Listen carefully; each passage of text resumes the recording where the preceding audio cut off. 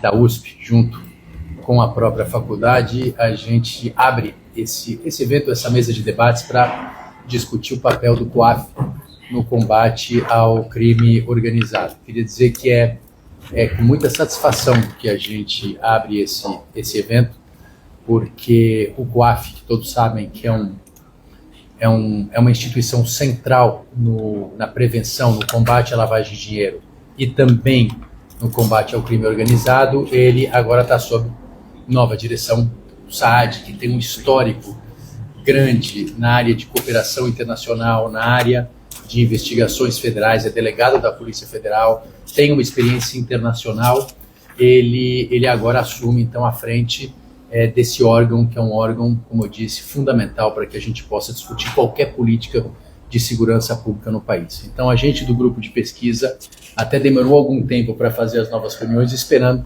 a nomeação do SAAD, para que a gente pudesse, então, contar com a presença dele aqui para discutir um pouco a estrutura desse órgão, as competências desse órgão e o papel que esse órgão tem no enfrentamento desse grave problema no país. Também com muita satisfação, então, primeiro eu queria agradecer o SAAD de estar aqui, de nos brindar com essa exposição e esse debate. Queria cumprimentar também o desembargador Nino Toldo, do TRF da Terceira Região, que tem sido um parceiro importante, tem comparecido, inclusive, às nossas discussões, tem feito apresentações de como a Justiça Federal tem discutido, encarado os novos problemas e desafios da lavagem de dinheiro.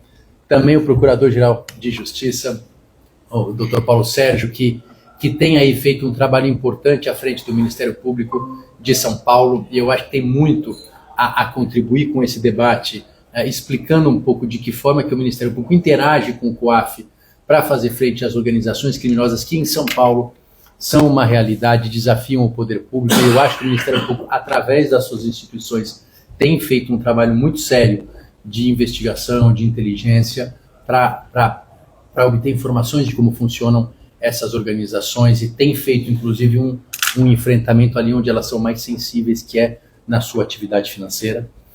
A Marina Brecht, que é membro do nosso grupo de pesquisa e que está terminando uma pesquisa importante sobre lavagem de dinheiro e crimes ambientais, e a ideia é que isso possa ser apresentado na COP, um pouco mostrando de como o tratamento efetivo e útil e inteligente desses dados pode contribuir para o enfrentamento dos crimes ambientais. E, por fim, a nossa querida vice-diretora, Ana Elisa Bichara, que tem sempre ajudado e prestigiado o nosso grupo de pesquisa desde o começo. Inclusive, foi ela que disse que a gente não era mais grupo de estudo, era grupo de pesquisa. Então, a gente teve um upgrade e via diretoria tem ajudado muito institucionalmente os trabalhos e os desenvolvimentos dos debates, além de ser uma querida amiga desde a época dos bancos de graduação.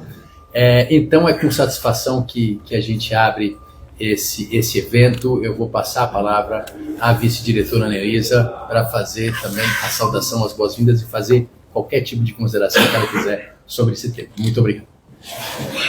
Bom dia a todas as pessoas que estão aqui conosco hoje, presencialmente, também aquelas pessoas que estão nos acompanhando via transmissão aqui pelo canal da faculdade. Que alegria ter todas e todos vocês hoje, e que alegria ter esse evento aqui na faculdade, organizado pelo professor Pier Paolo Bottini, pelo grupo de pesquisa dele, que é um grupo que nos orgulha muito, a Faculdade de Direito, pelas características que tem e sobre as quais eu vou falar já já. Mas antes disso, eu queria dar as boas-vindas em nome da Faculdade de Direito e apresentar todo o nosso agradecimento e a nossa admiração aos membros dessa mesa de luxo, hoje aqui na faculdade.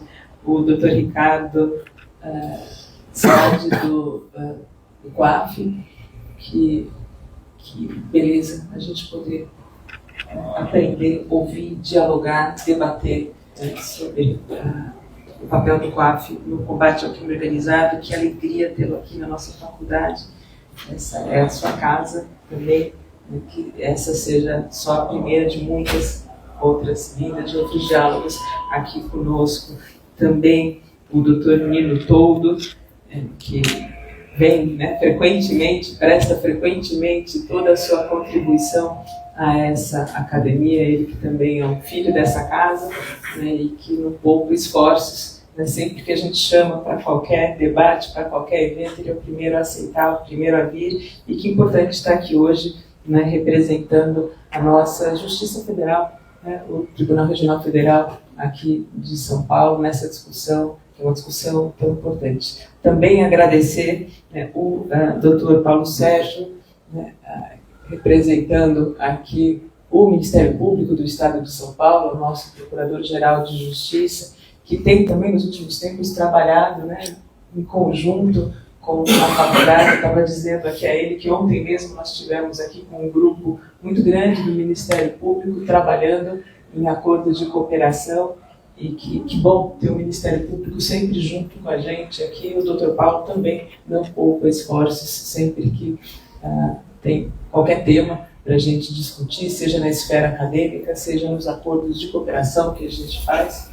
Portanto, muito obrigada por estar aqui mais uma vez e ter aceito esse convite. E a nossa pesquisadora, a aluna Marina Brecht, representando também um grupo de pesquisa. Que orgulho de tê-la aqui, que orgulho de ver as pesquisas que estão sendo realizadas e que orgulho de saber que essas pesquisas vão ser apresentadas agora na COP30.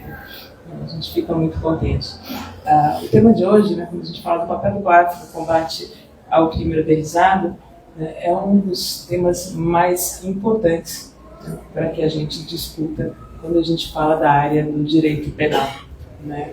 A gente trabalha muito com o direito penal na atualidade, numa perspectiva dicotômica, né? Se a gente trabalha com aquele direito penal tradicional que a gente ensina, né, os bancos da faculdade, se aprende nos bancos da faculdade, trabalhando com aquela criminalidade clássica, e com toda a crítica que vem daí, sem dúvida nenhuma, né, hoje o principal objeto de preocupação na sociedade atual é o crime organizado, né? É a criminalidade organizada. Essa sim preocupa, essa sim traz danos à sociedade, né, enormes, e de forma muito ampla, de forma internacionalizada, né? Esse, sem dúvida nenhuma, é o nosso principal preocupação, um objeto de preocupação por conta dos desafios que traz.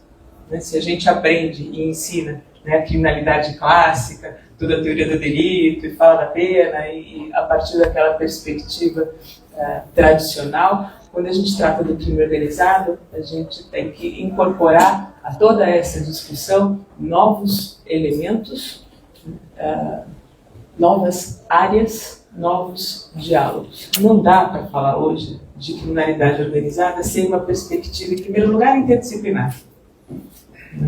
A gente não está mais discutindo aqui teoria da pena, né, e os elementos do crime, mas a gente está discutindo estratégias para a persecução, para o controle, né, e, sobretudo, para a prevenção dessa atuação.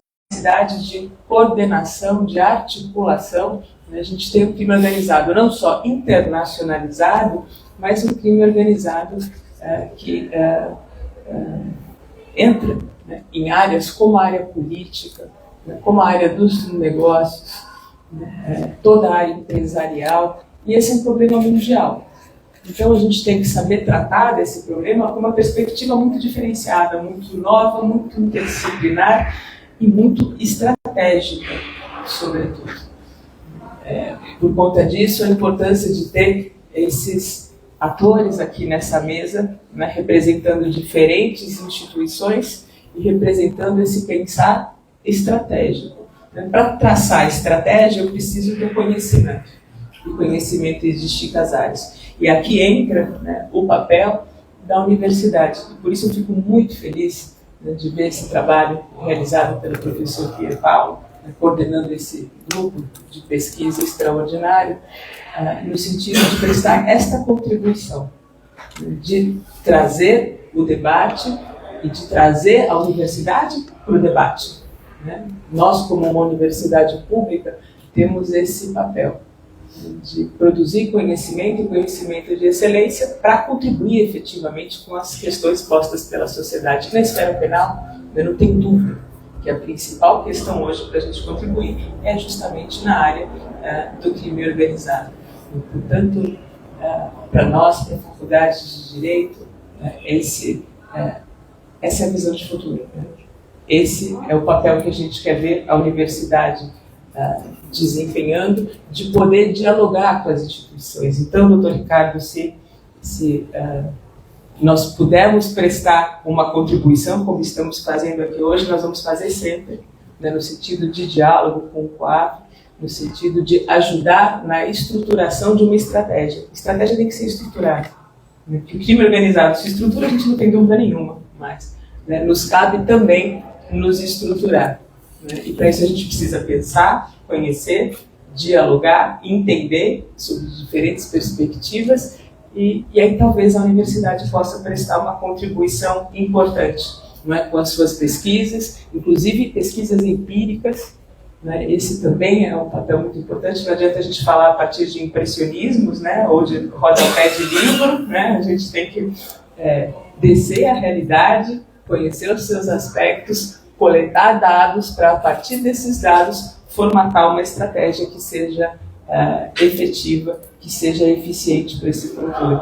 Por isso eu vejo, né, e falo em nome da Faculdade de Direito, eu vejo com muita alegria um evento desse, porque é um evento que é capaz de trazer esse diálogo com esses atores e, sobretudo, uma oportunidade da universidade de prestar essa contribuição, que a gente possa fazer isso muitas vezes, né? E parabéns de novo ao professor Pier Paolo por estar fazendo isso, e faz algum tempo já, né, que tem trazido tantos atores para essa conversa, e que isso possa gerar uma contribuição efetiva de nossa parte, né, e falo em nome da diretoria da Faculdade de Direito, a gente fica à disposição, né, tanto do COAF, quanto do Ministério Público, quanto do Tribunal Regional Federal da Terceira Região, né, para proceder a acordos de cooperação nessa área, para trabalhar ativamente no desenvolvimento de qualquer estratégia, né, de qualquer debate sobre essa temática. Muito, muito obrigada a todos vocês que estão aqui, bem-vindos de novo à Faculdade de Direito, e que nós tenhamos um bom evento, né, um bom debate. Bem-vindos todos.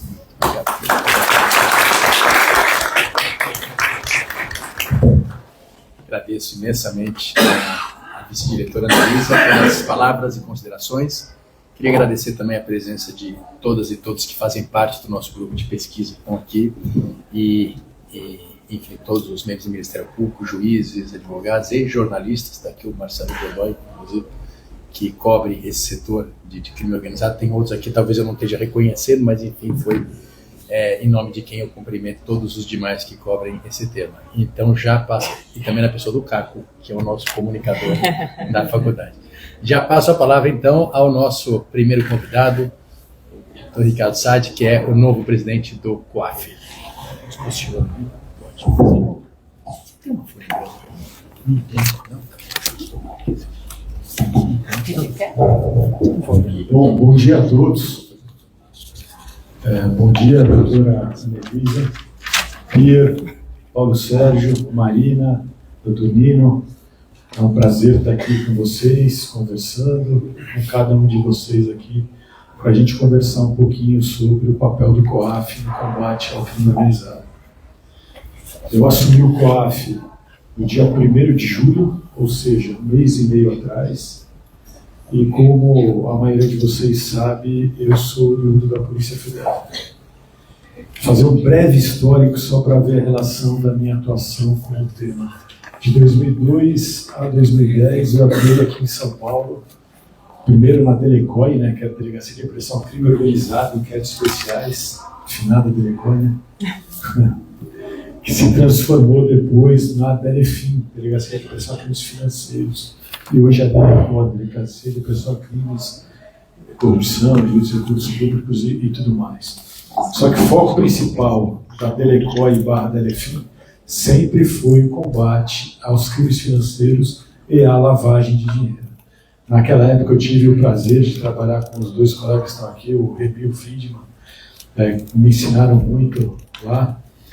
E desde então o COAF já começa a fazer parte da minha vida, entre aspas, né? Porque nas investigações referentes à lavagem, sempre o COAF está presente. De 2010 a 2017 eu fui para o DRCI, Departamento de Recuperação de Ativos e Cooperação Jurídica Internacional, que além da cooperação jurídica internacional, né, fazer o papel de autoridade central para a cooperação jurídica internacional, o DRCI é responsável pela ENCLA, Estratégia Nacional de Combate à Corrupção e à Lavagem de Dinheiro. Então, na ENCLA, a gente sempre debateu temas relacionados ao combate à lavagem de dinheiro. E dali da ENCLA, sim, saíram boas ideias e bons projetos que melhoraram o combate à lavagem em algum aspecto. E naquele período, o Ministério da Justiça também me indicou para conselheiro do COAF. Então, eu fui conselheiro do COAF de 2010 a 2017. Depois eu voltei para a polícia, passei pelo Rio Grande do Sul, passei pelo Rio de Janeiro, voltei para Brasília, fui oficial de ligação do Brasil na Europol por 2 anos e meio, em que um dos principais temas tratados também era o combate à lavagem de dinheiro, especialmente relacionados ao tráfico de drogas, era a grande preocupação lá na Europol. Até que em 2023 eu voltei para a polícia para a função de diretor de investigação e combate ao crime organizado da Polícia Federal. Até que, no ano passado, a gente começou a pensar e perceber que talvez o COAF pudesse ser um ator ainda mais importante no combate à lavagem do que já é. A gente começou a pensar na possibilidade de transformar o COAF. Uma das primeiras pessoas que eu conversei foi com o Bier, para entender o que ele achava, o que a academia acharia, o que outros atores achariam. E com o apoio incondicional aí do Bier e dos demais, a gente foi avançando no projeto até que eu assumi o COAF. E por que um policial federal no COAF? Essa é a primeira pergunta. Por uma questão simples. Todos nós sabemos que o crime organizado está avançando muito. Não só como crime organizado na prática das ações criminosas, mas infiltrando o Estado, infiltrando nas instituições do Estado como um todo. Então, o Estado pode ser através das eleições, né? Pode ser através da corrupção, pode ser através do financiamento de estudos para as pessoas entrarem no Estado. O crime organizado está cada vez mais presente na economia formal, então isso desregula a economia, isso traz problemas para alguns setores da economia, dentre tantas outras coisas. Então é extremamente importante que o Estado tenha uma atuação cada vez mais eficiente no combate ao crime organizado. E o combate ao crime organizado tem sim como um dos seus atores principais o COAF. Por que tem o COAF? Todos nós sabemos que a lei de combate à lei de lavagem de dinheiro, que determina como é feito o combate à lavagem de dinheiro, colocou alguns setores obrigados, por ser um crime complicado, tá, alguns setores obrigados a ajudar o Estado, entre aspas, no combate à criminalidade. Como que esses setores obrigados ajudam? Existem regras para que esses setores obrigados façam comunicações ao COAF. Então, por exemplo, transações bancárias acima de determinado valor. O banco tem que comunicar. Você vai comprar um imóvel, você faz o pagamento parte em dinheiro e parte com uma transação bancária. Se for suspeito, tem que comunicar. Vai comprar uma joia, vai uma bet. Então, são setores que são obrigados a comunicar ao COAF quando há indícios de crime. Tá? Primeira questão importante a entender é que as pessoas obrigadas não têm que comunicar crime, porque eles não sabem o que é crime ou o que não é crime. Eles não têm o dever, na verdade, de falar que aquela transação ela é criminosa, mas há, sim, indícios de que possa ter a ligação com o crime. Isso vai para o COAF. O COAF faz um filtro e só aproximadamente 3% de tudo que ele recebe que ele passa para a polícia e para o Ministério Público, para que sejam feitas as investigações. Só que aqueles 97% que não são comunicados automaticamente, entre aspas, pelo COAF, a polícia e o Ministério Público, ficam no banco de dados do COAF e podem ser, entre aspas, acessados a qualquer momento pela polícia e o Ministério Público através de um pedido, perguntando: há alguma comunicação de operação suspeita em nome do Ricardo Saad, por exemplo? Aí, se tiver tido alguma comunicação que no momento o COAF não entendeu que tinha indício de crime, não comunicou, aí sim o COAF vai passar. E o que nós podemos fazer para melhorar um pouco? Por que a atuação do COAF ela pode e deve melhorar muito? Primeiro, é importante entender que o trabalho feito pelos colegas que estavam no COAF até agora é um trabalho absolutamente hercúleo. Hercúleo. Sabe quantas pessoas trabalham no COAF? Só para que vocês tenham uma ideia. Vamos lá, o COAF, antes de falar o valor do número de pessoas, o COAF ele funciona como um mini ministério. O COAF, apesar de linkado ao Banco Central, o COAF tem que ter toda a estrutura burocrática de um ministério, desde recursos humanos, logística, compras, licitação e tudo mais. O COAF ele representa o Brasil em vários foros internacionais, sendo o ator principal, por exemplo, no GAFI, Grupo de Ações Financeiras Internacionais. E não é só representar o país no GAFI, é acompanhar a implementação das 40 recomendações aqui no Brasil. Além disso, o COAF é responsável pela regulação e pela supervisão de todos os setores obrigados que não têm regulador próprio. Então, por exemplo, os bancos têm o Banco Central, as BEDs têm a Secretaria de Prêmios e Apostas, mas tem setores, como o setor de bens de luxo, que não tem regulador e supervisor, cabe ao COAF fazer essa regulação, essa supervisão. Afora tudo isso, tem a função que eu falei antes, que é receber comunicações suspeitas, analisar e difundir. Então, o que todo mundo fala, o tal do RIF do COAF, a produção, a recepção de informação, trabalhar internamente para produzir um relatório a ser disseminado, é uma das funções do COAF.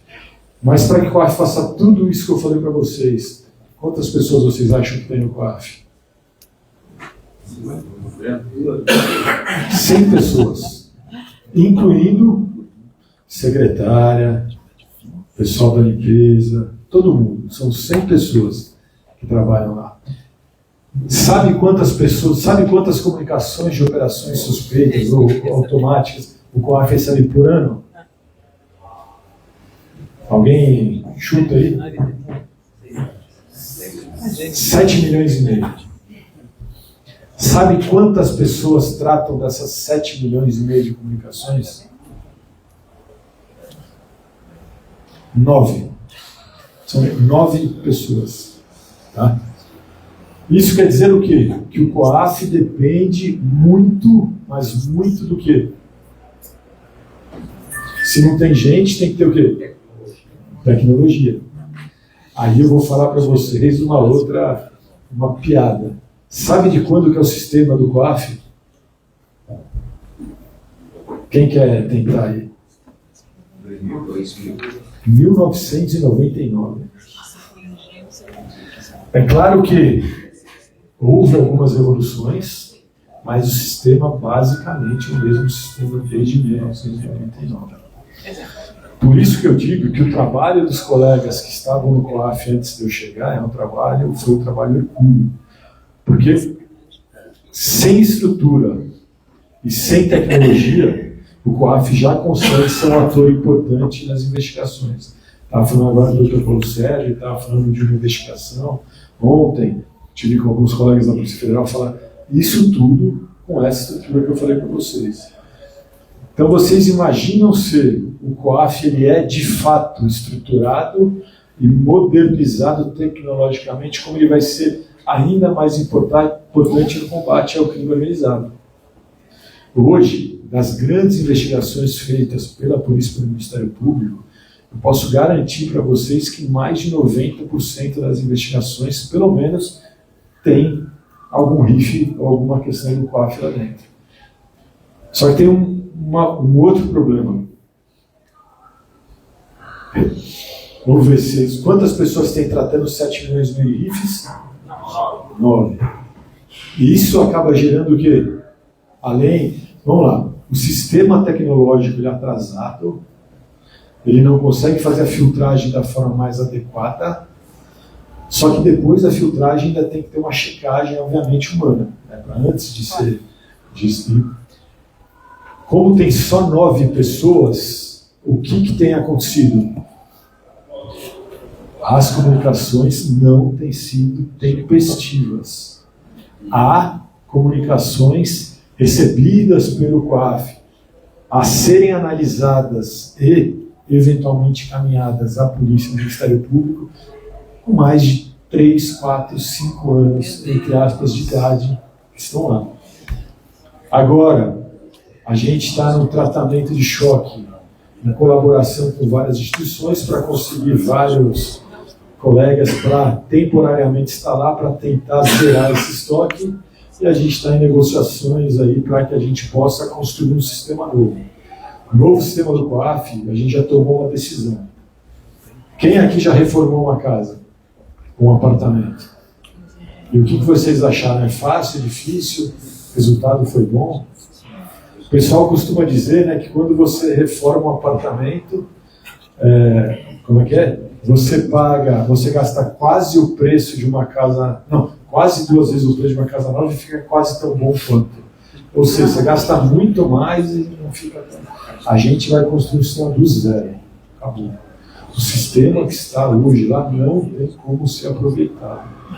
Até porque aproveitar o sistema vai se fazer um monte de remendo e o sistema não vai ficar adequado. Então a gente tomou uma decisão que é, ainda que a gente vai demorar 1 ano, pelo menos, para desenvolver o sistema, a gente vai construir um sistema do zero. A partir daí, conversei com a Senasp, a Senasp vai mandar mais gente provisoriamente para a gente baixar o estoque. Conversamos com os bancos que também se comprometeram a mandar mais gente agora para nos ajudar a baixar o estoque dessas comunicações. Mas é o que eu digo, o COAF, se com a estrutura que tem hoje já tem esse papel tão relevante nas investigações, se a gente modernizar o COAF para o Estado, para o Brasil, para a sociedade, vai ser muito bom, porque nós vamos ter um resultado muito mais efetivo. Pira, acho que primeiras palavras, isso, e depois fico à disposição para a gente debater e conversar o que todos quiserem.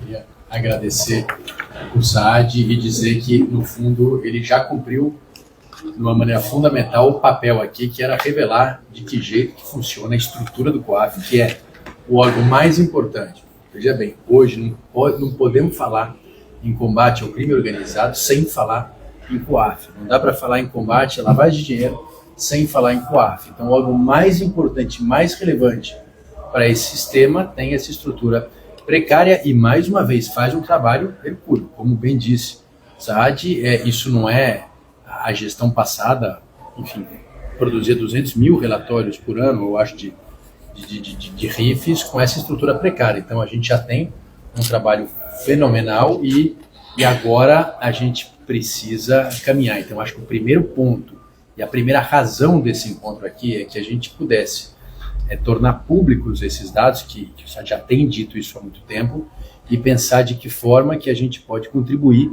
para desenvolver e para robustecer esse trabalho. Eu até vou passar aqui para a Ana Elisa, que já teve uma ideia, enquanto você falava, você ia mostrando a relevância desse diálogo instituição pública e universidade, não foi combinado, ela teve essa ideia espontaneamente aqui, eu já vou passar para ela, porque eu acho que a ideia é que a gente possa daqui ir pensando soluções e políticas públicas nesse sentido. Eu só queria reagir um pouco à fala do Dr. Ricardo Saad, primeiro parabenizando ele, né, por ter assumido esse desafio, né, que é dizer que ele não é simples é pouco, né? Dizer que ele é hercúleo também me parece pouco diante do que foi dito aqui. Assumir a frente desse desafio com essa estrutura tão limitada é algo tão corajoso. Dizer, quando a gente ouve, né, que são 9 pessoas, né, que fazem esse controle, isso para dizer só, né, de uma operação, que é analisar operações e eventualmente comunicar eventual prática de crime, né? Isso é um pouquinho dentro do COAF, uma pequena parte do que o COAF deve fazer. Se a estrutura é esta, né, e claro que a ENCLA, claro que a existência do COAF, tudo isso é um ganho, né? A gente que estuda, né, o crime organizado há várias décadas no Brasil sabe que tudo isso é um processo evolutivo, né? Então eu não estou fazendo uma crítica nesse sentido, mas saber, e como nós ficamos sabendo nesse momento que a estrutura é esta, nesse momento, né? Quer dizer que é este o nosso desafio, é algo estarrecedor diante da evolução do crime organizado. Quer dizer, então a gente precisa ter uma estratégia estruturada. A gente precisa demonstrar o nosso interesse como sociedade brasileira de efetivamente controlar o crime organizado. E esse interesse, em grande parte, é demonstrado por meio de uma estrutura, né, efetiva nesse sentido. Então, além de parabenizá-lo e de aqui expressar a nossa preocupação em relação a esse tema, eu acho que fica desde já, e esse não é um convite ou uma fala retórica, né, fica desde já aqui a provocação, né, e a ideia, então, conjunta com o professor Pierre Paulo, da Faculdade de Direito da Universidade de São Paulo, se colocar à disposição do COAF para trabalhar em conjunto na ajuda de um desenho estratégico, né, e de colaboração não só com pesquisas empíricas, com informações, com inputs, mas também com o próprio desenho da estrutura. Então, obrigado. Esse é o nosso papel, a gente vai ficar já está aceito à disposição e a gente vai conversar sobre isso para ver como é que a gente coloca em prática um acordo de cooperação, porque eu acho que isso é responsabilidade de cada um de nós. Então, obrigado. De novo, parabéns pelo esforço, pelo desafio. Obrigado. Bom, então, dando continuidade, pessoal, antes só queria dizer que esse trabalho todo aqui certamente vai caminhar, e muito por conta do SAD, mas também pela Carolina Jung aqui também, que é nosso colega de faculdade, que está passa a integrar a equipe do COAF também, então só queria não podia deixar de fazer essa menção. Então, dito isso, eu passo a palavra ao nosso Procurador-Geral de Justiça, representando aqui o Ministério Público do Estado de São Paulo, que ele comanda e pode tratar um pouco desse tema também. Muito obrigado pela presença, doutor Paulo Sérgio. Eu queria inicialmente... Bom dia a todas e todas. Inicialmente, eu gostaria de prestar uma homenagem ao professor Pier Paolo Bottini, e muito obrigado pelo convite, trazer o Ministério Público para essa discussão. Cumprimentar a professora Anelisa Bechara e toda a Faculdade de Direito da USP, bem como o Dr. Ricardo Sadi, presidente do Conselho de Controle de Atividades Financeiras. Aproveitar aqui, Ricardo, para, em seu nome, agradecer sempre o COAF. O COAF, que é uma área, uma estrutura, como foi dito aqui, que tem dificuldades, mas ela tem que ser lida por toda a sociedade, como ressaltou a doutora Anelisa, como uma área de defesa da cidadania, da própria cidadania e da autoestima do povo brasileiro, né? Porque diversas operações que nós realizamos, né, a gente percebe quando tem um resultado eficaz, né, por ações, pelos RIPs que vêm do COAF, como as pessoas se sentem, vamos dizer, pertencendo, né, naquele sentimento de vingança, mostrando, olha, o Estado pode ser sim mais organizado que o crime organizado, e é isso que nós precisamos. Então eu te desejo muito sucesso e contem com o Ministério Público. Cumprimentar o desembargador Nino Todo, do Tribunal Regional Federal, bem como a Marina Brecht, advogada e mestre, que está aqui breve para apresentar a sua pesquisa. Bom, como eu disse, é uma honra, é uma responsabilidade muito grande, inestimável estar aqui para abordar um tema de absoluta importância central para a segurança pública, a justiça e a democracia no país, que é o combate à lavagem de dinheiro. Falar sobre esse tema é, sobretudo, falar da luta contra o crime organizado, contra a corrupção e contra o tráfico de droga. Vamos compreender como o Ministério Público, e eu vou tentar trazer as senhoras e os senhores, tem atuado nessa frente e qual é o papel crucial do COAF neste processo, além da importância da integração interinstitucional, institucional e da recuperação de ativos. Eu costumo dizer em muitas entrevistas que o Brasil vive um fenômeno que vários países do mundo já viveram, né? É importante destacar, e a sociedade tem que saber claramente, que o nível de criminalidade aqui está absolutamente intolerável. O Brasil não é um narco-estado, o Brasil não é um estado terrorista, mas o Brasil tem características de um estado mafioso. São Paulo, algumas ações que nós temos enfrentado são tipicamente de estado mafioso. Basta ver aquele crime ocorrido no aeroporto de Guarulhos há cerca de um ano. E isso daqui eu trago informação, inclusive, de especialistas italianos de combate à máfia que estiveram reunidos aqui no Ministério Público, e eles ressaltaram e elencaram várias situações que aproximam o Brasil e o PCC do Estado mafioso, até porque lá o PCC se associou com a Andrangheta e estão, vamos dizer, abastecendo os narizes europeus, o que é muito triste para todos nós. Mas esses países que passaram por esse fenômeno começaram a sair dele a partir do momento em que houve a clareza e a honestidade com a sociedade, e a palavra foi ação colaborativa. Não é possível se combater o crime organizado, primeiro, no campo ideológico. Isso tem que ser feito abaixo de palanque e acima de partido, porque senão não vamos avançar 1 milímetro nesse combate. Feito isso, mãos dadas, município, estado, federação, muita inteligência, muita tecnologia para que a gente possa alcançar esses resultados. E como foi mencionado há pouco aqui, o jurídico não basta. Então aqui vai uma notícia para todos os estudantes de direito, né? Para tudo que nós temos hoje em dia, para as práticas autocompositivas, para os fenômenos que acontecem aqui, o direito, ou melhor, o jurídico, ele é insuficiente, é necessário outras disciplinas, inclusive socioemocionais, para que você tenha a capacidade de realizar os melhores acordos e as melhores soluções que se vê. Hoje nós estamos tratando aqui de lavagem de dinheiro, então apenas para mencionar que esse é um processo de simular a origem ilícita de bens, direitos e valores, fazendo-os parecer legítimos. Previstas na Lei 9.613, essa prática é uma engrenagem essencial da criminalidade organizada que funciona com forte poderio financeiro. Combater a lavagem, portanto, é atacar diretamente a estrutura do crime organizado. O Ministério Público de São Paulo, com algumas dificuldades, como o COAF passa, tem enfrentado esse desafio por meio de grupos especializados, como o GAECO e o GEDEC. O GEDEC é o grupo de enfrentamento aos delitos econômicos e que se dedicam ao combate ao crime organizado, à corrupção e, como eu disse, aos delitos econômicos. A atuação estratégica do Ministério Público se apoia fortemente na recuperação de ativas, não apenas como resposta punitiva, mas como mecanismo de impacto real sobre a vantagem econômica do crime.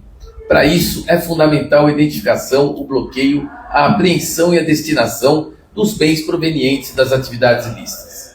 Essa visão integrada também se materializa no FOCOSP, que é o Fórum de Combate à Corrupção e Lavagem de Dinheiro do Estado de São Paulo, que reúne 33 instituições públicas das 3 esferas de governo, promovendo ações conjuntas, capacitações, propostas legislativas. O resultado dessa atuação é visível em operação de grandes repercussões. E aqui eu faço uma homenagem a todo o sistema de segurança, ao todo o sistema de justiça, né? Polícia Civil, Militar, Polícia Federal, Guarda Civil Metropolitana, o próprio Poder Judiciário, no deferimento de inúmeras medidas cautelares para que nós possamos agir. E com isso, nós realizamos operações como recentemente a Operação Ícaro, que mirou a atuação de um fiscal da Secretaria da Fazenda em conluio com empresas varejistas. E aqui eu queria destacar e mais uma vez homenagear ao COAF. Foi graças a um relatório de investigação financeira do COAF que se puxou a linha de uma empresa criada por este fiscal da Receita Federal em nome da mãe dele, e a partir daí aquele escândalo que mais uma vez infelizmente a sociedade viu, mas que nós temos que usar isso, e essa foi de umas ações que trouxeram efetivamente aquela autoestima. Minha sogra virou para mim e falou assim, mas o Sidney Oliveira não é possível. Eu falei assim, mas como não é possível, dona Neuza? Remédio barato desse jeito que vendia dessa maneira, não tinha jeito. Então, há mesmo um sentimento onde a sociedade não pode relativizar esse tipo de ação, né? Nós temos que ser muito firmes em relação a isso. Algumas outras operações, como a Operação Face Off, que investigou o esquema de traficantes internacionais com bloqueio de 15 milhões, a Operação Hydra focada em fintechs. Como estávamos dizendo aqui, antes o crime organizado usava banco, hoje ele tem o banco, né? As fintechs agindo e, como foi mencionado, em toda a estrutura de governo, em toda a estrutura do Estado. Ainda ontem, nós nos surpreendemos numa operação do GAECO de Franca, onde havia fábrica de munição e de armas, né? Metralhadoras, uma quantidade imensa de armas que eram vendidas para o crime organizado em São Paulo e no Rio de Janeiro.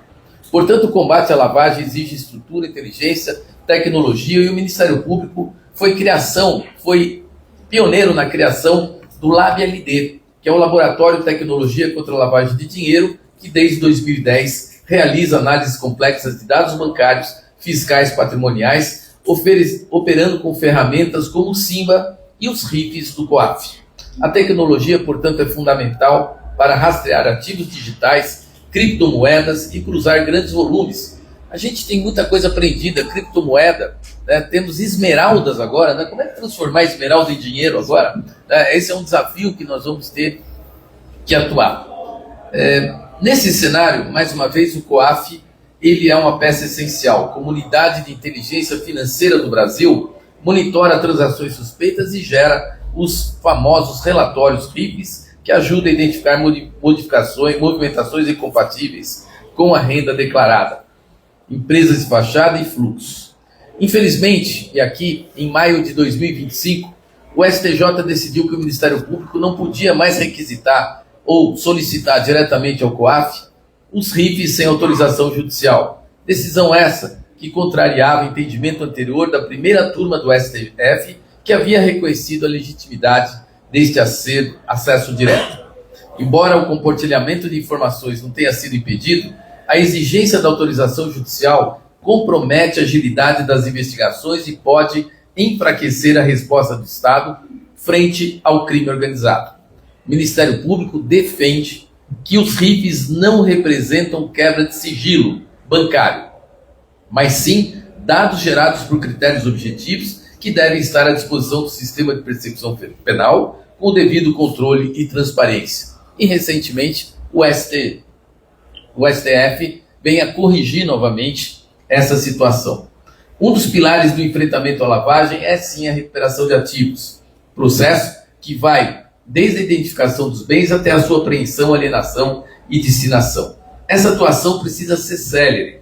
Quanto menor o intervalo entre a apreensão e a destinação dos bens, maior a efetividade da resposta estatal. E é intolerável aqui os 7 milhões de expedientes para 9 servidores do COAF, né? Então a gente deseja que isso seja corrigido. Por isso é indispensável também a integração entre o MP, as polícias e os órgãos de controle, o que foi reforçado recentemente com o novo decreto 69.613 de 25, que colocou essas instituições no mesmo trilho.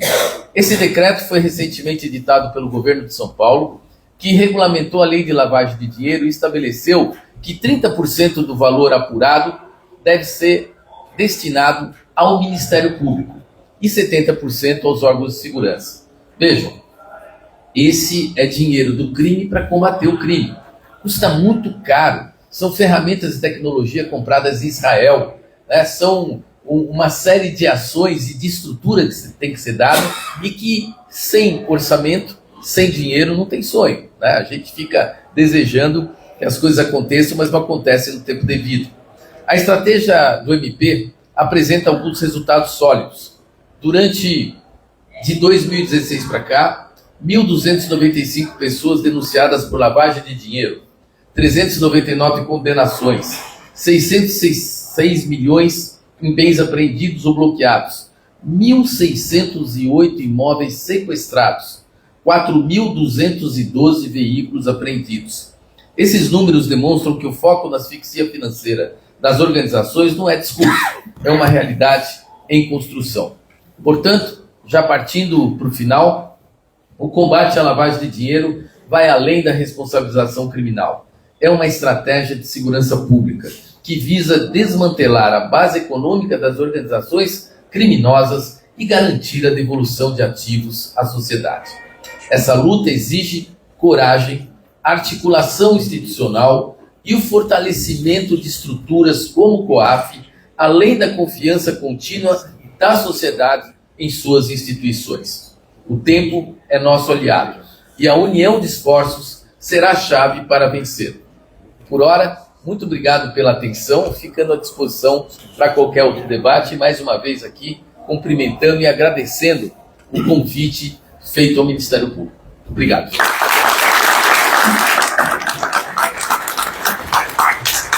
Queria agradecer ao Procurador-Geral de Justiça, Dr. Paulo Sérgio, pela presença e pela exposição sobre o importante trabalho do Ministério Público, muitas vezes com a indispensável colaboração do COAF. Então é importante essa descrição e essa apresentação do trabalho. E sem mais, passo a palavra ao desembargador Nino Toldo, que agora apresenta a perspectiva da Justiça Federal em relação a esse tema. Obrigado, professor Pierre Paulo. Bom dia, professora Annelisa, uma alegria mais uma vez estar aqui, e sempre lembrando, quando eu atravesso a porta da faculdade, eu volto mais de 40 anos. Me entro aqui sempre como um estudante. E estava até lembrando o seguinte, até a primeira vez que eu entrei aqui, o meu penteado era igual a esse. Só que foi imposto, né? Não foi pela natureza. Depois a natureza cuidou do resto. Mas é uma alegria muito grande estar aqui, uma vez mais. Eu quero agradecer ao professor Pierre Paulo pelo convite. Eu realmente, sempre que me convida para estar aqui, debater com o grupo de pesquisa, participei de alguns encontros, realmente dá orgulho esse trabalho da universidade, e eu quero também parabenizar todos os que integram o grupo de pesquisa do professor Pierre Paulo sobre lavagem de dinheiro. Eu quero cumprimentar o Paulo Sérgio Costa, nosso Procurador-Geral de Justiça, e um antecessor seu foi meu colega de turma aqui nessa faculdade, do Ismani, João Paulo Ismani, o colega de classe, e a Marina, e uma satisfação estar aqui revendo o Dr. Ricardo Saad. Quando ele se apresentou aqui, ele falou, passa uma lembrança do tempo dele aqui em São Paulo, mas também enquanto a sua carreira cresceu e brilhantou e brilha hoje, agora à frente do COAF.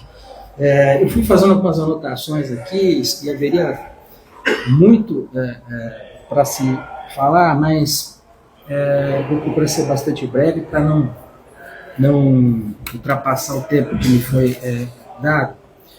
Mas algumas coisas precisam ser destacadas. A começar pela falta de estrutura do COAF. Isso que dá vergonha. Se nós pretendemos, nós como país, como Estado, pretendemos combater o crime organizado, combater a criminalidade de modo geral, crime organizado especial, é preciso investir. Porque uma coisa que disse o Saad, e outro dia, num debate até com o Pierre Paulo, lembrava, é muito preocupante o que vem acontecendo quanto à infiltração de agentes criminosos na estrutura do Estado. E o Dr. Paulo Sérgio lembrou aqui o crime ocorrido. Veja o tamanho da audácia da criminalidade organizada de cometer aquele crime no aeroporto internacional. Pior, digo pelo que sei da imprensa, doutor. Os agentes executores do crime estavam na estrutura do Estado. Policiais. Então, mencionou também duas organizações criminosas, o PCC, eu não gosto de dizer o nome, mas foi dito PCC e a Drangheta. Há bastante tempo, né, Trossard? A Drangheta atua no Brasil. E isso é de uma gravidade enorme. A quantidade de cocaína que sai do Brasil, veja, ela entrou no Brasil vindo da Bolívia, fundamentalmente, e sai do Brasil pelos portos, comprada por essa organização, outras que atuam na Europa.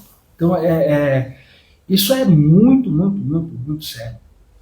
Outro dia, eu soube de uma situação que meu ver, estarrecedora. A pessoa, dona de terra no interior do estado de São Paulo, que arrendava a terra para fornecer a cana-de-açúcar a determinadas usinas da região, recebeu lá uma visita e a pessoa disse o seguinte: você agora vai fornecer para X. Ele falou: não, mas eu já forneço para Y. Não, senhor, vai fornecer para X. Porque determinada organização criminosa é dona de usina.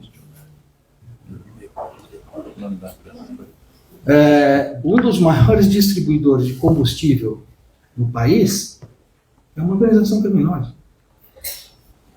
Então isso é de uma gravidade, de uma seriedade, que se nós não pensarmos num combate inteligente, e o COAF é um órgão de inteligência, vai ser difícil. A criminalidade está à nossa frente. Os órgãos de Estado estão sempre correndo atrás. E depois, hoje, com PETs, criptoativos, quer dizer, toda a gama de instrumentos, de meios de lavagem de dinheiro, estão sendo aí, estão acontecendo, o Estado tenta regular, mas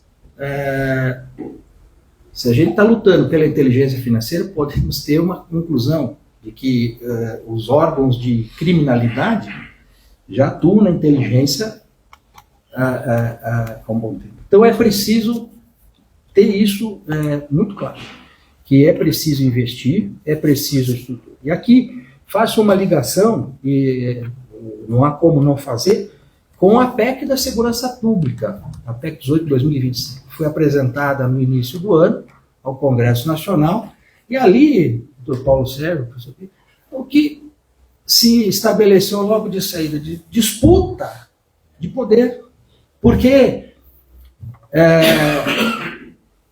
o governador do estado X falou: aqui, minha segurança pública comando eu tenho a polícia, eu tenho aqui no meu estado aqui a coisa funciona, no outro estado não, mas não é disso que se trata. Nós temos que entender o seguinte: combate à criminalidade não é política de governo, é política de Estado. O Estado brasileiro precisa combater a criminalidade de forma inteligente. E como se faz isso também? Coordenando as ações das polícias federal, de polícias civis, estaduais e também a militar, policiamento ostensivo, e dos ministérios públicos, dos estados, todos eles, e do Ministério Público Federal. Se não houver esse tipo de coordenação, não é, mas agora eu vou ter que ficar subordinado à União, não é subordinado, é uma atuação coordenada, porque se nós falamos aqui a transposição de fronteiras da criminalidade, a transposição de divisas estaduais já acontece há muito tempo. Nós temos eu não sei aqui de cabeça, alguém pode saber, conhecer bem a geografia, qual é a nossa extensão de litoral, nosso mar? Qual é a extensão da nossa fronteira terrestre? E nós temos uma fronteira seca que é absurdo. E não há como policiar isso tudo. Nós temos uma lei de abate. Quantos aviões do narcotráfico foram abatidos desde a lei do... Muito poucos. Pouquíssimos, porque depende de uma série de coisas. Então nós temos que pegar todo esse arcabouço legislativo e trazer para um plano de eficácia, de efetividade, e de forma coordenada. E a PEC da Segurança Pública, não estou aqui fazendo nenhuma... Eu estou dizendo que é uma atitude inteligente se trazer. E por que a PEC? Porque tem a lei do Sistema Único de Segurança Pública que não obriga, não vincula os estados. Então o governador do estado X não quer, o outro Y não quer. Por quê? Porque a manipulação da segurança pública tem vamos dizer assim, tem efeitos eleitorais. E eu desafio aqui a dizer, quem dentro dessa sala não tem medo de ser assaltado? De sair daqui da faculdade e até pegar o metrô na Praça da Sé. Eu digo para vocês uma coisa, eu entrei aqui em 82, eu tinha medo em 82, tinha medo quando eu vim fazer pós-graduação, tinha medo, eu tenho medo hoje. De sair aqui a pé, sozinho, para pegar o metrô na Praça da Sé. Sempre era uma preocupação para fazer isso. Mas esse medo, é o medo do quê? Daquela criminalidade de rua, que é compreensível, perfeitamente compreensível, todo mundo tem. E o que dá discurso político é criminalidade de rua. Mas a grande criminalidade não é de rua. O Paulo Sérgio lembrou aqui há pouco uma coisa. Antigamente, o sujeito para fazer a lavagem do dinheiro tinha que utilizar sistemas de... Hoje ele tem banco. E até abrir banco hoje em dia não é algo tão difícil. Banco digital, etc. Então é fundamental isso, que haja essa coordenação, entender de uma vez por todas que política de segurança pública não é do governo A, do governo B, da esquerda, da direita, de cima ou de baixo. É do Estado. Se nós queremos ser um Estado onde se possa viver com tranquilidade, precisa entender que todos os envolvidos precisam se dar as mãos de forma inteligente. Não é possível, não é admissível de forma nenhuma que 9 pessoas lidem com 7,5 milhões de informações. Então vejam, o que chega aí na ponta ali, onde eu atuo, que é na justiça, o sistema judicial, o que chega, que passou por análises, passou pela polícia, passou pelo Ministério Público, passou por diversos crivos, até que chega ali a justiça. O que chega é uma gota dentro desse oceano que a gente tem aí. E é preciso melhorar. Hoje, eu vejo, vou dizer aqui, que apenas com base em... Não tem nenhuma base de pesquisa, mas assim, aquilo que eu observo no gabinete que julgo, mais da metade das causas que eu julgo, eu atuo em turma criminal, mais da metade é contrabando / descaminho e tráfico de drogas. Mas qual contrabando / descaminho e tráfico de drogas? É aquela quantidade imensa que passa pelas estradas brasileiras, no meu caso específico, na terceira região, São Paulo, Mato Grosso do Sul. E as questões envolvendo os grandes tráficos de drogas são poucas. E por que não acaba? Porque a atividade criminosa organizada é uma atividade empresarial. Se não diminui, é porque continua dando lucro. E porque continua, então, sendo valendo a pena cometer o crime. Então, outra coisa importante dentro dessa criminalidade organizada, e essa que existe aqui no estado de São Paulo, que foi durante muito tempo negligenciada, ela alguns anos atrás, um professor italiano dizia isso. Fosse essa organização criminosa daqui observada sob a legislação italiana, ela seria considerada organização criminosa do tipo mafioso, entraria numa lei mais rigorosa que há na Itália no combate às máfias que lá existem. É preciso também, quando se fala em organização criminosa, ter essa,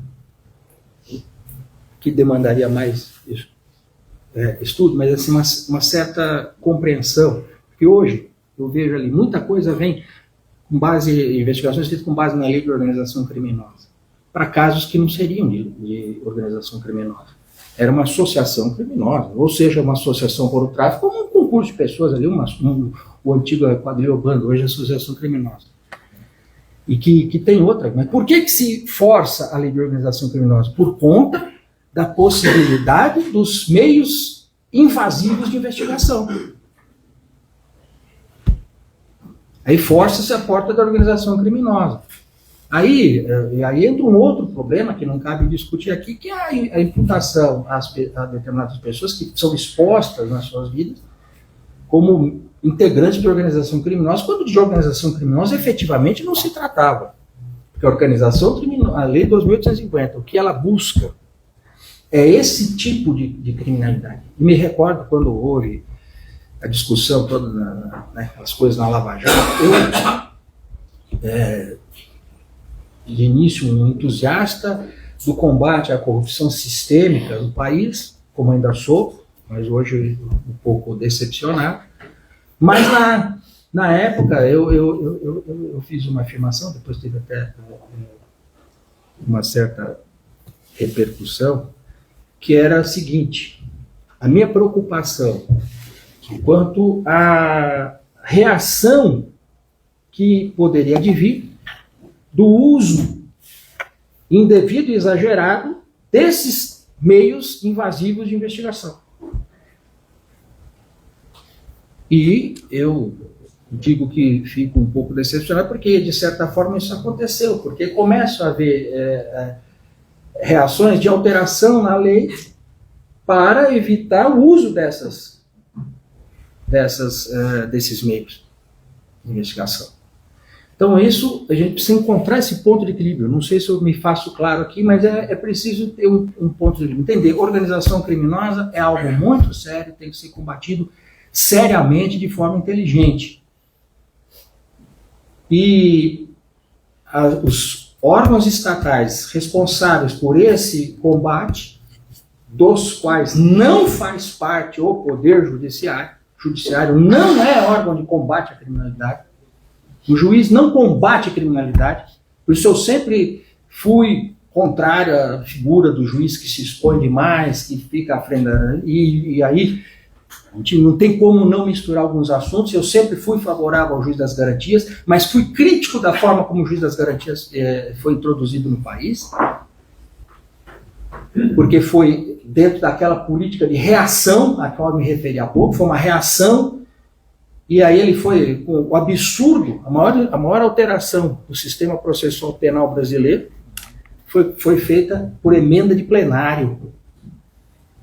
Emenda de plenário com prazo de 30 dias para instalação. Lembra? Um absurdo. Aqui me pus contrariamente aqui, fiquei à frente da coordenação aqui na terceira região, do Conselho da Justiça Federal, mas, enfim, está lá e aqui na terceira região, graças a Deus, está implantado e funcionando. Mas isso minimizava a figura proeminente. Você sabe mesmo o que eu estou falando, quando nós tivemos duas varas especializadas em crimes contra o sistema financeiro aqui na terceira região. O juiz não, enfim, voltando ao que ponto, o juiz não faz parte do combate à criminalidade, até pela função judicante. A função, quer dizer, o juiz, a função do judiciário é garantir o processo penal justo. Nós temos um sistema de garantias na Constituição brasileira, na lei. É isso que teve que fazer o juiz, depois aplicar a lei ao caso concreto de acordo com aquilo que foi efetivamente provado. Sei que eu já começo a me entusiasmar, vou embora. Aí eu só queria destacar um ponto que mencionou o Dr. Paulo Sérgio, e é de extrema importância também, essa discussão que se estabeleceu sobre a requisição direta dos RIFs. E até preciso, depois o professor pode até explicar bem essa questão do que é esse RIF. Evidentemente, de todas essas comunicações que são feitas ao COAF, e ele já mencionou a maioria delas, e aí não é nem questão da incapacidade estrutural de análise, mas é porque a maior parte delas mesmo não é ligada a algo ilícito. Eu, por exemplo, eu sou uma pessoa politicamente exposta politicamente. O Paulo Sérgio também na posição que ele tem. Então, qualquer operação financeira que eu faça é comunicado ao COAF. E, além disso, por conta dos valores envolvidos, se eu vender um apartamento, ou se comprar um apartamento, qualquer coisa, dado o valor envolvido, vai ser comunicado ao COAF. Isso não é operação suspeita. Na verdade, até o termo é suspeito. Automático. Essa comunicação é automática, mas me fugiu agora. Ela é incomum. Por quê? Atípica. Operação atípica. Por quê? Porque um movimento, vamos supor, eu não movimento 100 mil reais Nem por ano. Quanto mais assim, mas, ó, agora, se uma determinada... então, mas tem que ser comunicado com o COAF, faz aquela... Agora, olha, essa pessoa aqui que tinha uma movimentação neste nível, ela passou a ter uma movimentação neste nível, aí ela, além de ser atípica, poderá ser suspeita. Aí o que acontece? Mas o COAF vai investigar isso? Não, o COAF não é o papel do COAF isso, mas ele faz a comunicação a quem de direito, ou seja, Ministério Público, Polícia. E aí, lá o Dr. Paulo Zé, no Ministério Público, isso aqui está meio estranho, precisamos aprofundar a análise desse relatório aqui, a partir das operações a que ele se refere. Então, o que vai fazer? Tem que pedir autorização para o juiz. Tem que precisar de autorização judicial. Isso, ó. Agora, essa discussão toda, feita porque o Ministério Público pedia, a polícia pedia e tal, e ficou aquela discussão, veio o tema 990 da repercussão geral do Supremo, que dizia que o encaminhamento pelo COAF não implicaria a quebra de sigilo, poderia ser feito. Aliás, o tema 990, isso é uma curiosidade aqui, ele foi levado ao Supremo Tribunal Federal num caso lá da 11ª turma, o relator foi o Nadé, eu participei desse julgamento, e na verdade não tinha nada a ver com lavagem de dinheiro. Era o caso de um supermercado de Limeira, que era crime contra o tributário, não passa, mas acabou sendo levado e foi julgado no Supremo, foi estabelecido o sistema 990, etc. E tal. Aí começou a ter discussão, bom, o COAF pode espontaneamente, a partir das suas informações, comunicar, mas o Ministério Público pode requisitar diretamente, a polícia pode, isso se estabeleceu. Aí veio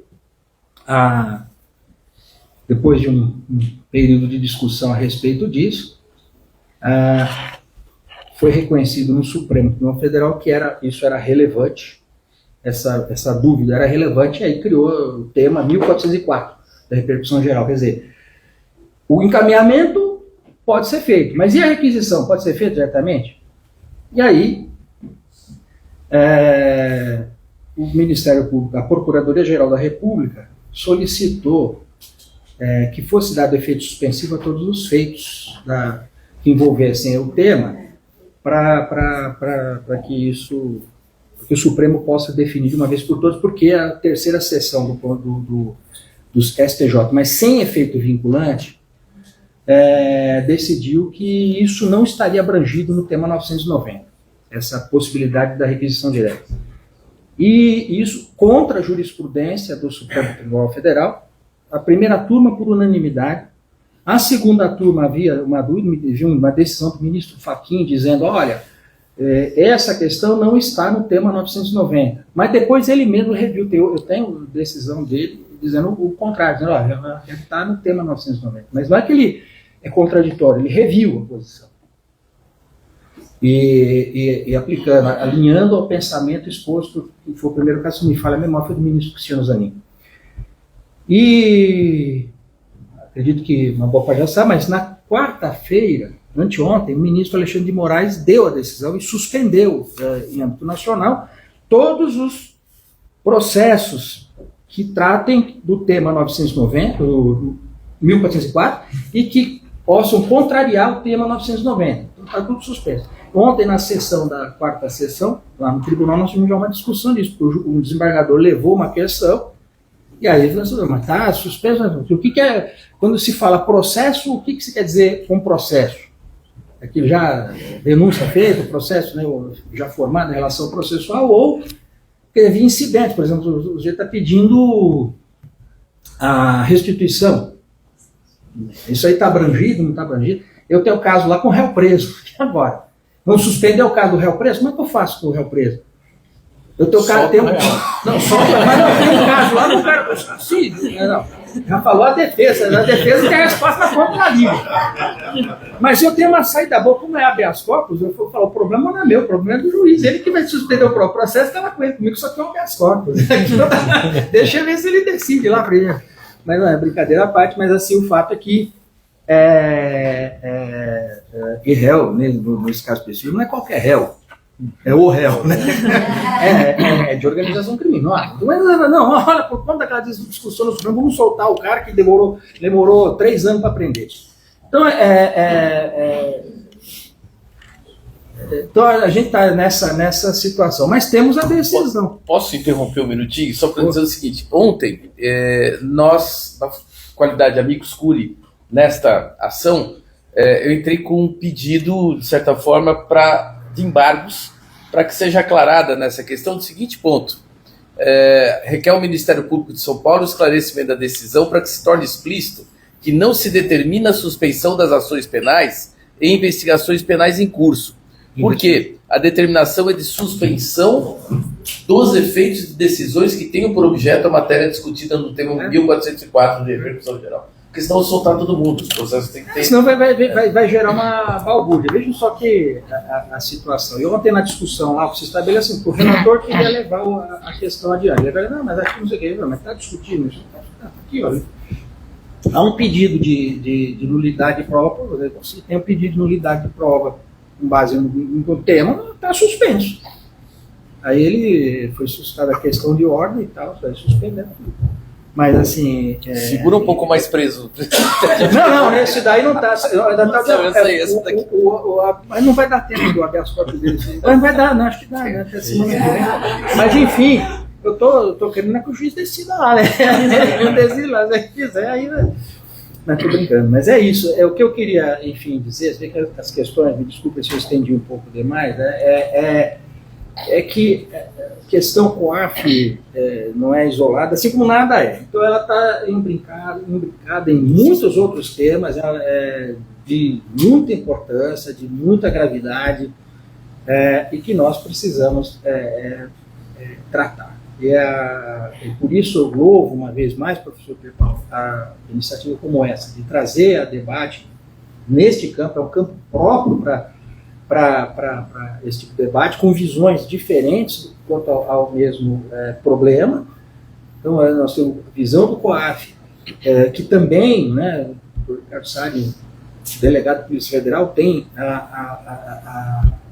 sabe a dificuldade da investigação policial, e aliás, aqui quero fazer um elogio aberto à Polícia Federal, que é uma polícia que nos dá orgulho, que eu conheço, eu trabalho, fazer 34 anos de magistratura, então tenho acompanhado aí um bom tempo o trabalho da Polícia Federal, mais de 20 e tantos anos de atuação na área criminal, e melhorou muito a Polícia Federal, que tem linhas de investigação baseadas em investigação, digamos, científica, não é só a investigação de campo, é uma investigação com trabalhos de inteligência que são muito... Então a gente vê, porque muitas desses trabalhos, evidentemente, muita coisa tem que ser previamente autorizada pela Justiça Federal, depois a gente vê o resultado daquilo, o resultado de inquéritos, relatórios de inquérito muito bem elaborados, muito bem feitos. Então,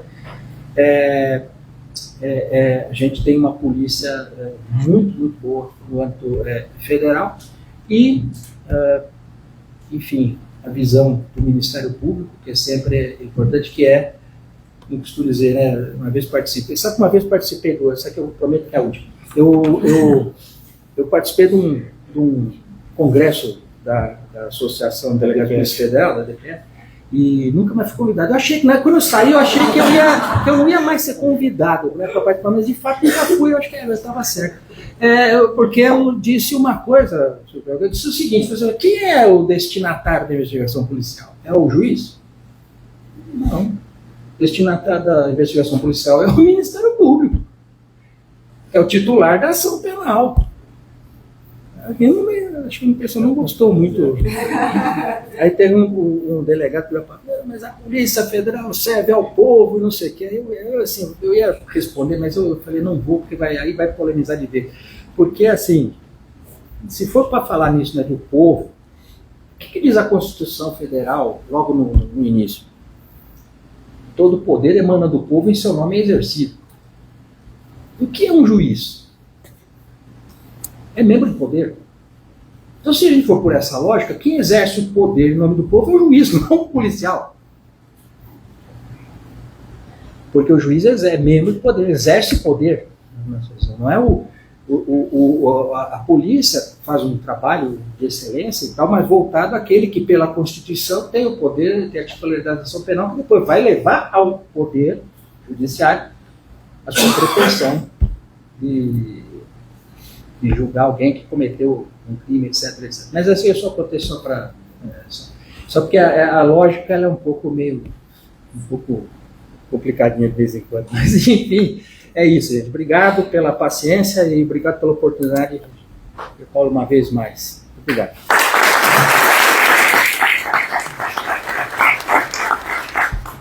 Queria agradecer ao desembargador Lino Toldo pela contribuição, pelo tempo, pela explicação da visão, da perspectiva da Justiça Federal sobre o trabalho do COAF, trazendo aqui esse tema importante da requisição dos RIPs por parte das autoridades que está hoje em discussão no Supremo Tribunal Federal. Para encerrar, vou passar a palavra para a Marina Brecht, dizer que depois a gente vai abrir para 2 ou 3 perguntas, só para aproveitar um pouco a presença das autoridades, das pessoas dessa mesa, mas a Marina fez um trabalho importante de análise de como hoje funciona o sistema e a regulação de combate a crimes ambientais, de que forma que a gente pode aprimorar isso, lembrando que a gente está chegando na COP, e eu acho que a gente tem um papel também de apresentar algumas propostas do ponto de vista da universidade, de lidar com essa questão, e eu acho que lidar com o crime organizado no setor ambiental, que tem se arrumado muito, é uma tarefa, é uma obrigação dessa universidade.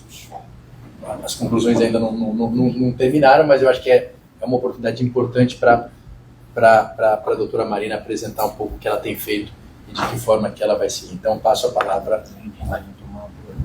Bom dia a todos. Antes de tudo, eu queria agradecer a todos pela presença e pelo interesse no trabalho do nosso grupo de pesquisa, que, enfim, acho que todos sabem, é um projeto muito querido por mim. Queria saudar a mesa, o Dr. Paulo Sérgio, o professor Pier Paulo, Ricardo Sadi, Dr. Lino Toldo também.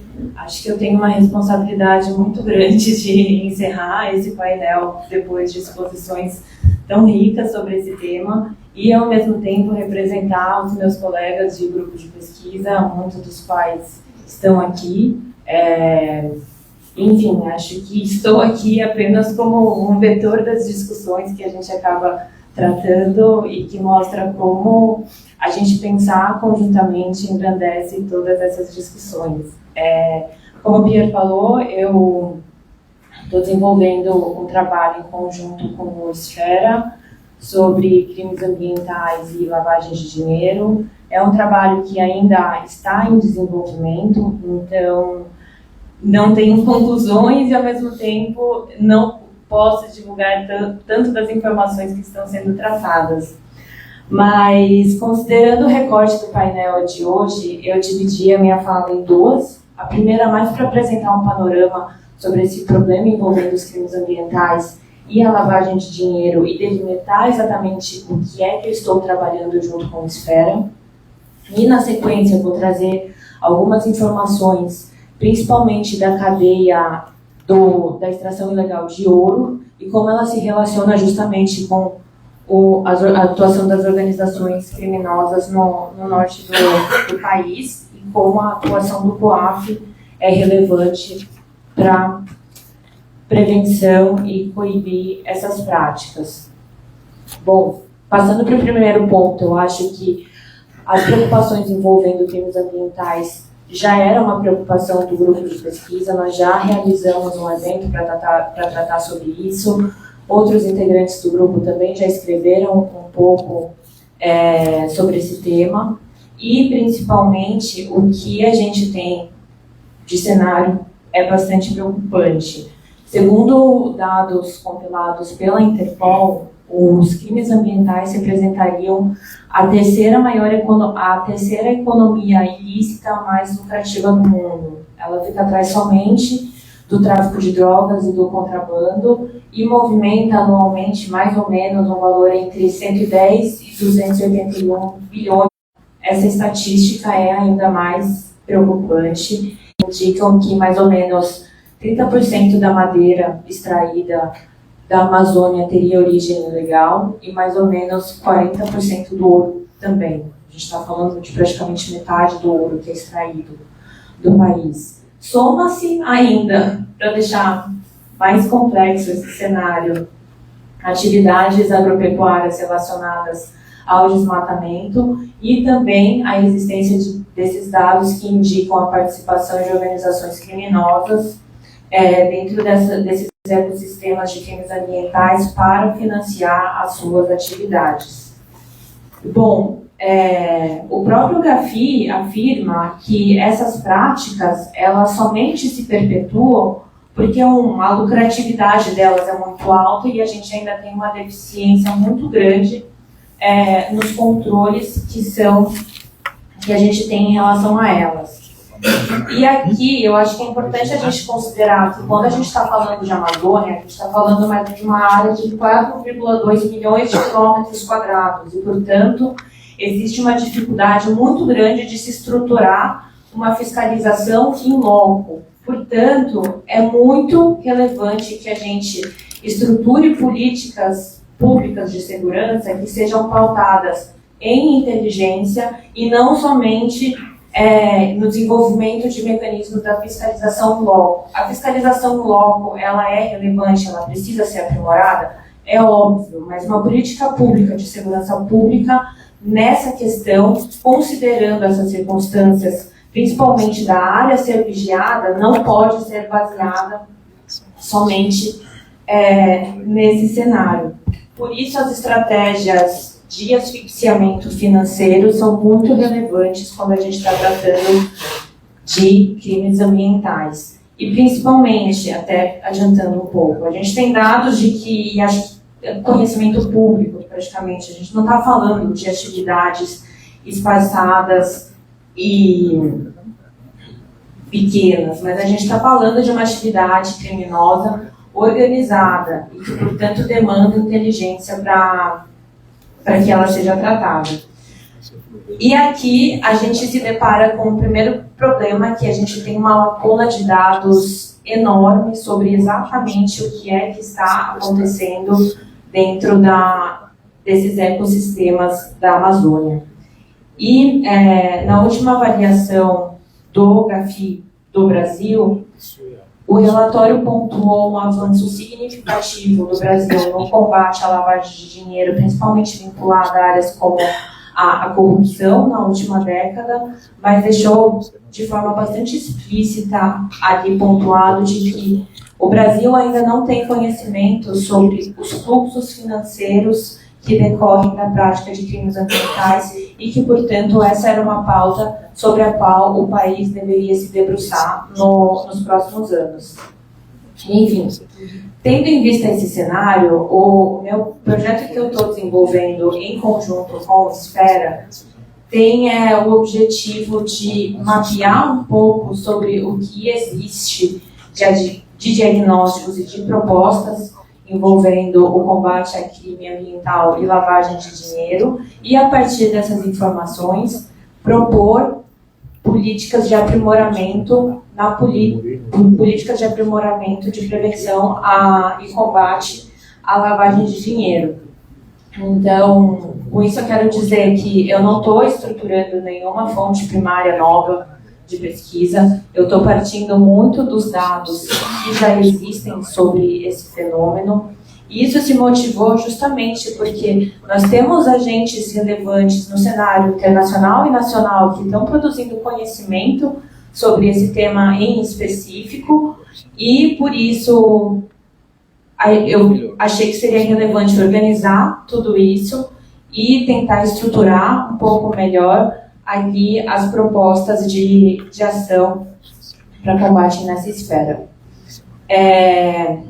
Como eu já disse, o estudo ainda está em desenvolvimento, mas eu queria compartilhar em primeira mão, essa é, na verdade, a primeira vez que eu estou falando publicamente sobre esse estudo, algumas informações sobre que estão neles. Então, eu queria tratar um pouco sobre essa base de dados que eu utilizei para o estudo e também tratar, como eu já disse, sobre um pouco mais de detalhes sobre a cadeia do ouro. A base de dados que existe sobre lavagem de dinheiro e crimes ambientais é, na verdade, bastante recente.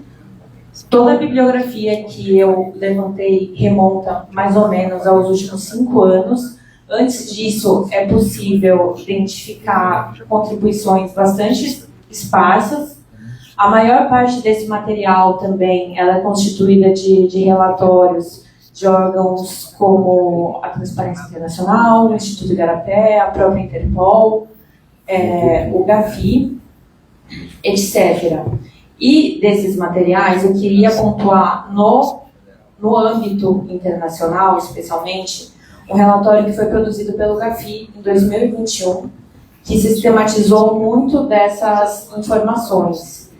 E o que eu queria trazer desse estudo em específico é a identificação de que essas condutas envolvendo crimes ambientais, elas na verdade têm um fluxo internacional, que costumam começar nos países produtores e ricos em recursos naturais e que seguem, na verdade, e que tem como destino final países ricos, digamos assim. E os fluxos financeiros dessas condutas seguem essa mesma sistemática, passando, enfim, por paraísos fiscais, etc. Além disso, o GAFI pontua que, no que toca aos crimes ambientais, a gente tem uma dificuldade muito grande em distinguir os ativos lícitos dos ativos ilícitos. Então, por exemplo, quando a gente está falando de madeira, se eu pego uma madeira que foi extraída legalmente e misturo ela com outra que foi extraída de maneira ilegal, é bastante complicado de eu conseguir distinguir qual que é qual no final do dia. Além disso, o GAFI identificou que ainda existem poucas investigações de crimes ambientais que acabam seguindo para o fluxo financeiro envolvido na conduta, ou seja, elas investigam ali o autor do crime ambiental, mas falta ainda estabelecer um pouco desse link sobre qual seria o fluxo que esse dinheiro seguiria. Por isso, o GAFI pontuou que existiriam bons resultados relacionados à prevenção de crimes ambientais quando se envolve a análise dos dados dos atores da cadeia produtiva e também, mas ao mesmo tempo pontua que para os agentes do setor privado ainda é muito difícil de detectar essas anomalias decorrentes dos crimes ambientais. E aqui uma das coisas que se pontua é, por exemplo, o déficit de documentação em relação a esses ativos que, por exemplo, levam a algum tipo de tautologia, por exemplo. Eu vou tratar disso um pouco mais à frente quando falar do ouro, mas até poucos meses atrás a gente tinha uma presunção de boa-fé da primeira aquisição. Então, a pessoa que vendia o ouro declarava que tinha origem legal, então, e a informação disponível, por exemplo, para uma instituição financeira, que é um setor obrigado, sobre a origem do ouro, é justamente a informação que foi prestada pela própria pessoa que vendeu o ouro. Então, é necessário aprimorar aqui e compreender melhor esses fluxos financeiros e, ao mesmo tempo, contribuir para que o setor privado possa colaborar com as autoridades públicas no combate a esse tipo de delito. E até aqui, justificando o meu recorte para trazer as informações relacionadas à cadeia do ouro, hoje, ela decorre porque no cenário nacional a gente observa que o Instituto Igarapé tem tido um protagonismo muito grande na produção de estudos sobre isso.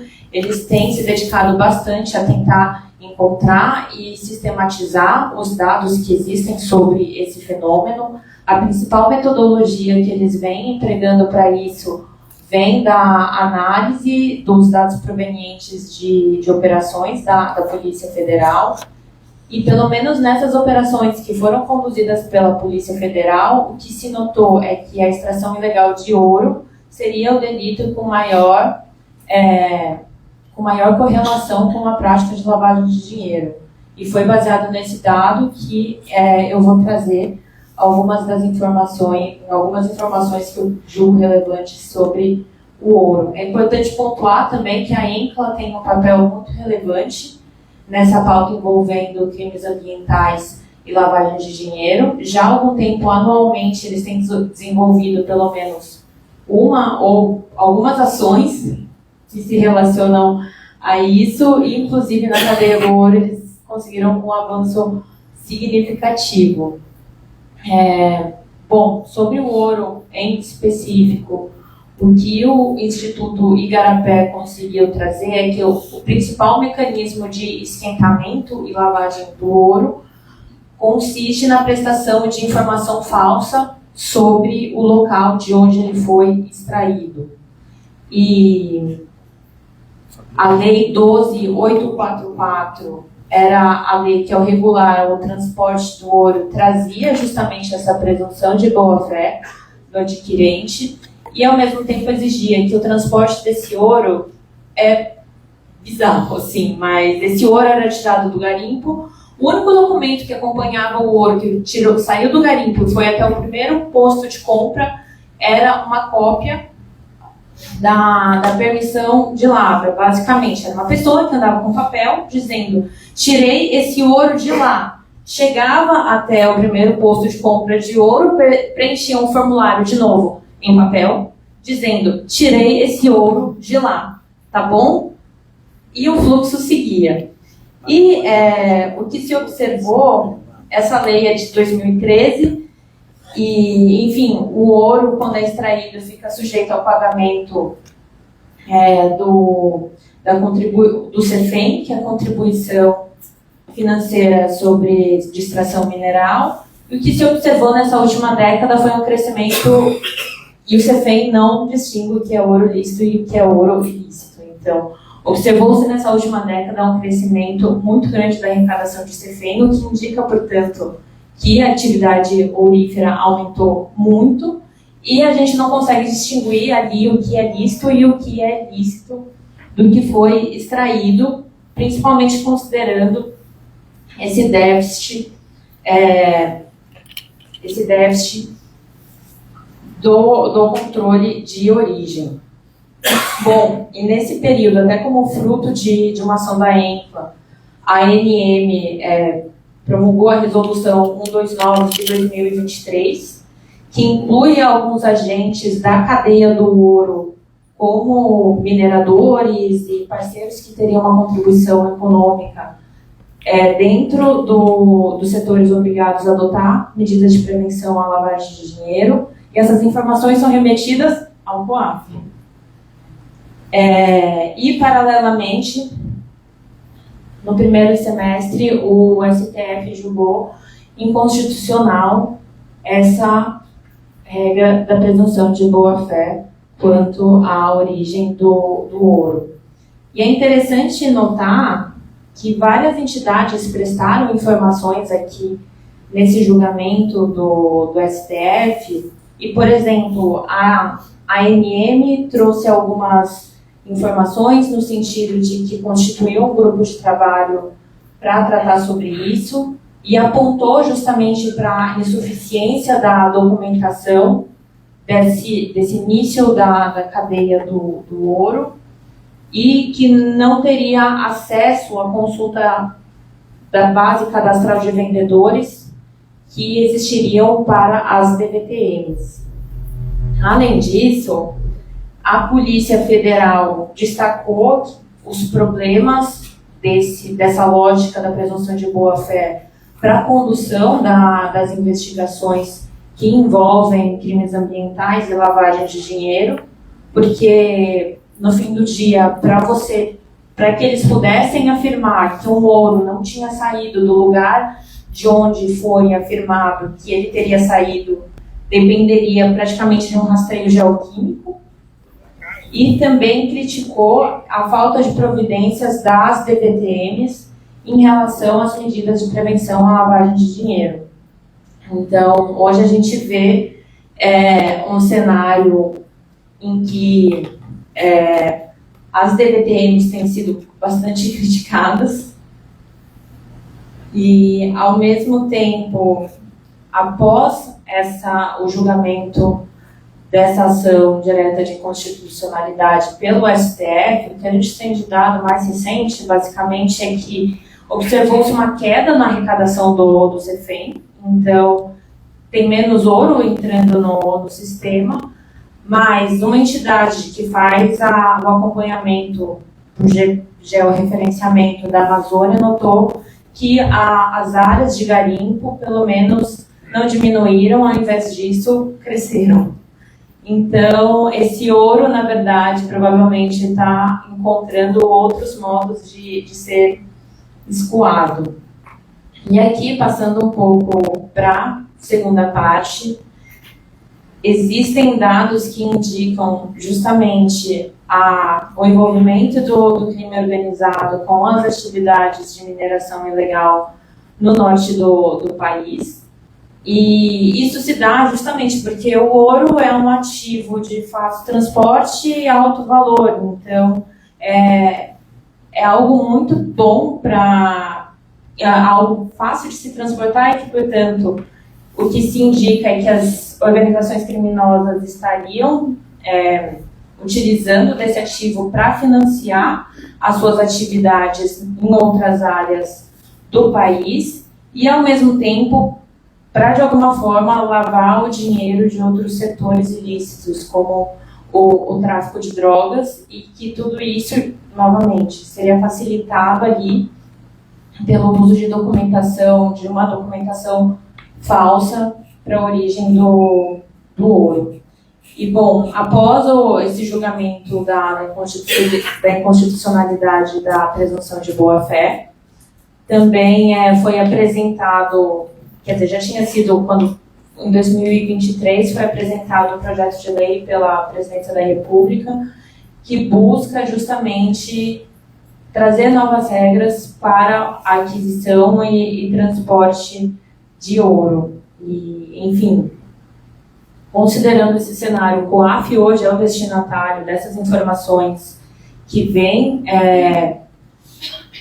dessa cadeia de ouro e, ao mesmo tempo, é assustador. A gente está falando de 9 pessoas para ter que tratar de um fluxo financeiro que vem de todos esses outros setores e, além de tudo, tratar de ouro e outras questões que envolvem os crimes ambientais.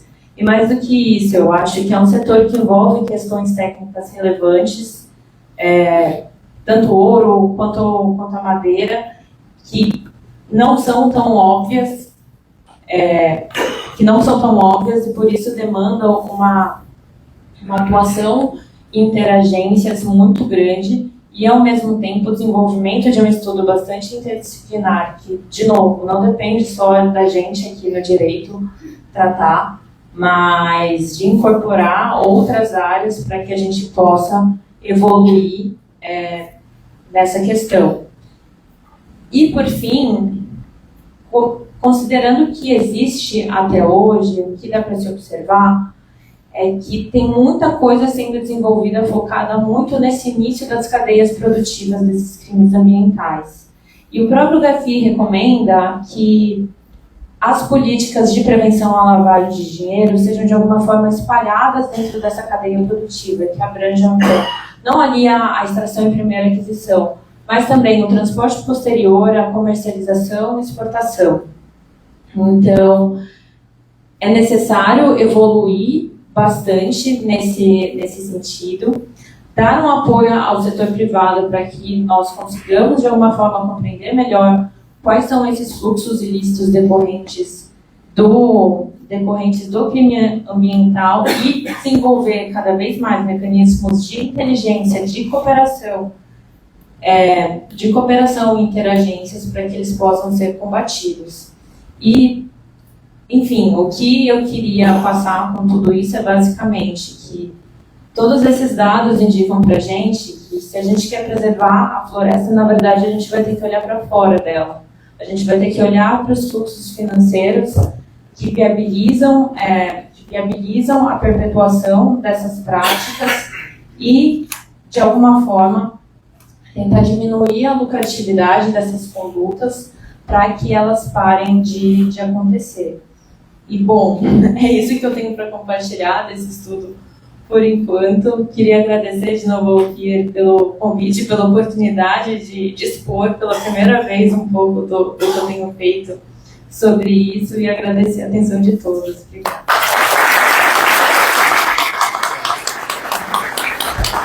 Queria agradecer a Marina pela exposição preliminar do estudo, lembrando que o estudo ainda vai ser finalizado e ela vai apresentar esses dados mais adiante, enfim, dados muito importantes, eu acho que muito relevantes e espero que a gente possa depois fazer uma conversa não só para conhecer, como para se aprofundar nesses dados muito, muito relevantes. Eu acho que, dado adiantada a hora, eu vou abrir para 2 perguntas rápidas, para quem quiser fazer, mas eu já vou adiantar e vou pegar uma para mim. Então,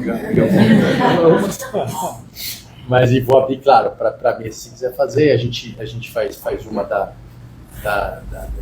do público, mas eu quero, acho que, fazer uma pergunta que imagino que seja a pergunta da maior parte das pessoas aqui presentes. A gente começou com uma exposição do presidente do COAF sobre as dificuldades estruturais do órgão, em especial o número de pessoas e a obsolescência do sistema de informática. Aí eu acho que a pergunta qual o próximo passo? Porque a preocupação muito provavelmente agora está entrando no sistema as bets, a Carolina Yumi sabe bem a quantidade de comunicações que começaram a vir das bets, e muito provavelmente vai ser, quando for regulamentado o criptoativo, isso vai gerar um número de comunicações também brutal. E a questão o COAF vai precisar de alguma forma estar estruturado. Além, evidentemente, dessa busca por aprimoramento, existe uma busca por outras fontes de financiamento, a autonomia administrativa do Banco Central, onde está o COAF hoje, tem algum impacto nisso? Ou seja, qual é o tipo de análise que está sendo feita para aprimorar e estruturar esse órgão? Essa é uma, eu acho que eu, de repente, abrir aqui, se alguém quiser fazer na mesa, a gente já podia fazer 2 ou 3 ao mesmo tempo, porque a gente tem 15 minutos aqui, então a gente não pode ir muito, muito além. Então, eu não sei se eu... Vai lá. Bom dia a todos, todas. Cumprimentar todo mundo da mesa, parabenizar pelas exposições. Eu tenho uma pergunta para o Dr. Ricardo, pergunta breve. Eu coordeno um grupo de estudos na FGV junto com a professora Luísa Perita, de proteção de dados e prevenção à lavagem. E pode parecer uma dúvida besta, mas é uma dúvida de todo o grupo, estou representando aqui todo mundo. A gente analisou o relatório de gestão do COAF de 2024 e vimos que foram 18 mil GIFs compartilhados de ofício e 25 mil intercâmbios de informação. E quando a gente vai analisar aqui a forma como o COAF trata os dados, ficou uma dúvida no seguinte sentido. Esses números se sobrepõem, são números diferentes. E aí a dúvida também é a seguinte: quando chega um pedido, que aí acho que isso é a discussão relevante para o Supremo agora, quando chega um pedido de compartilhamento de informações com as autoridades, o COAF afirma que vai na base de dados e avalia se tem alguma operação suspeita já comunicada. A minha dúvida é, o que é encaminhado são esses RIFs que já estão prontos? Ou, a partir do pedido de autoridades, volta-se à base de dados, né, de situações que já foram típicas, né, que estão ali armazenadas, e se produz aí um relatório extra, vamos dizer, enfim, mas que tenha um complemento além daqueles 18 mil. Essa é a nossa dúvida. Obrigada. Posso fazer? Vai lá, pode. Claro, sempre. Primeiro, bom dia a todos e a todas. Só para da professora Ilana, eu queria perguntar ao Ricardo com relação à disponibilidade desses dados dentro da base do COAF. Porque as informações foram comunicadas, elas estão armazenadas, há um atraso nessa análise, como o próprio doutor mencionou, há algum prazo de expiração, esses dados ficam, sob a perspectiva da proteção de dados, ficam na posse do COAF armazenados indefinidamente, há uma previsão de prazo para descarte ou para desconsideração, um limite temporal, porque, sobretudo considerando esse atraso, acho que gera uma série de repercussões ou de questões sobre até quando e até de que forma isso será analisado. Queria aproveitar para ouvir sobre isso. Obrigado, mais uma vez, desculpa. Não, imagina. Eu queria perguntar isso também, mas eu não quis abusar da boa vontade. No Quer fazer mais uma última aqui, e a gente, só para não... Eu peço desculpas da gente não conseguir ir além, mas vamos lá. Bom dia a todos. Primeiramente agradecer e parabenizar a Ricardo Saad pela relevante missão. E legal ver um colega de polícia judiciária representando esse valor importante no cidadão nacional. Trabalho na delegacia de crimes cibernéticos e lavagem de dinheiro. E a gente usa muito as solicitações do COAF, tanto para a identificação de organizações suspeitas de lavagem, como também identificar as organizações criminosas, que muitas vezes em fraudes eletrônicas a gente consegue fazer um rastreamento de valores a partir do RIF. Nesse cenário conturbado de divergências de decisões judiciais do STF e do STJ, o COAF já tem recebido solicitações de autoridades policiais com decisões judiciais ou ainda é feita aquela solicitação normal? Eu sou um pouco resistente, eu não queria nem abrir precedente quanto a isso, eu continuo pedindo sem decisão judicial. Mas como é que o COAF tem recebido diante desse cenário aí conturbado? Então, passo a palavra depois aos nossos outros integrantes da mesa e nós encerramos. Bom, vamos lá. Primeiro, respondendo à pergunta do Pia em relação aos próximos passos e tudo mais. A primeira coisa que a gente está acabando agora é o diagnóstico. Só que, ao mesmo tempo que a gente está fazendo o diagnóstico, a gente já está realmente planejando o que a gente vai fazer. Primeiro, é importante dizer que está, talvez assim, uma tempestade perfeita no bom sentido, porque há apoio do Banco Central, 2, há apoio de outros integrantes aí do setor público, a gente tem pedido apoio nesse momento. Então, por exemplo, essas 9 pessoas que fazem análise dos RIFs, grande parte delas são mobilizadas pela Senasp. Nós já conversamos com o secretário Mário Sarrugo, o qual já se comprometeu a triplicar o número de pessoas. E terceiro, a gente tem sim procurado apoio na iniciativa privada para que a gente possa fazer o desenvolvimento desses temas. Tá? A gente tem que falar a verdade, né? No serviço público, quando a gente está dentro de uma missão pública, toda a contratação ela é mais burocrática, ela é mais lenta, ela é mais demorada e tudo mais. Se nós formos seguir o passo a passo da contratação a partir do sistema que a gente tem hoje, talvez em 2058 a gente tenha um sistema razoável. Então, o sistema de 2025. Isso. Então, sim, a gente está procurando apoio na iniciativa privada, claro que dentro de tudo uma transparência, toda uma ética e tudo mais, para que a gente possa ter uma modernização. E aí, se nós conseguirmos ter uma modernização tecnológica, o número baixo de pessoas acaba sendo secundário, porque o principal trabalho, se bem programado, se as instruções dadas de forma correta ao sistema, o trabalho humano vai ser muito menor do que é hoje. Mas, eu repito, há apoio do Banco Central, 2, há apoio de autoridades do setor público, que a gente tem pedido apoio, e há sim apoio também da iniciativa privada.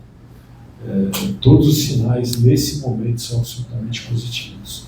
Então, a gente tem que transformar essas intenções, né, em questões práticas. E há uma conversa com o Pia, agora com a professora Anelisa, que a gente precisa, obviamente, também do apoio da academia.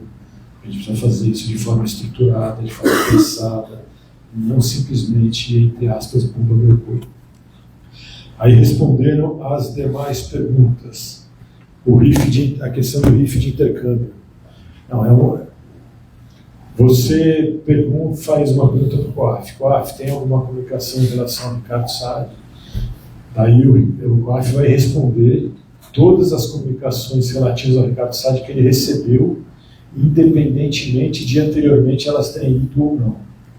Então, como eu falei, de 100%, a cada 100 comunicações que o COAF recebe, aproximadamente 3 o COAF encaminha para a Polícia e o Ministério Público por iniciativa própria.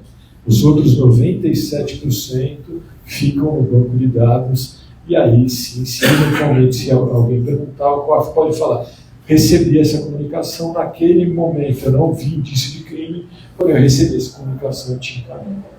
Tá? Em relação ao prazo de armazenamento, aí eu vou ter que ser muito sincero. A resposta hoje é: eu não sei. A gente está fazendo esse diagnóstico, essa é uma das preocupações.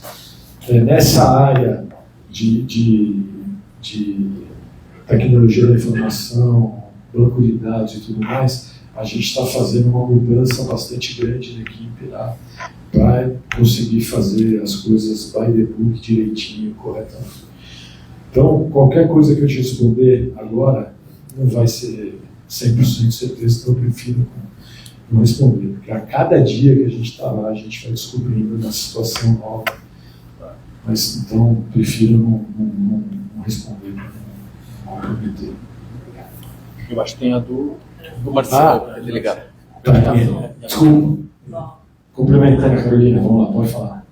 Não, primeiro, com relação aos dados, né, para saber, hoje o que existe com relação ao prazo é que o default, quando são feitos os pedidos, é de 5 anos, tá? A nossa autoridade diga que é um período maior, mas só vamos para constituir o RIF as informações de 5 anos do trabalho. Com relação aos números, hoje também há estatísticas, né, até os números que foram levantados pela professora que estão no site, que estão no relatório do COAF.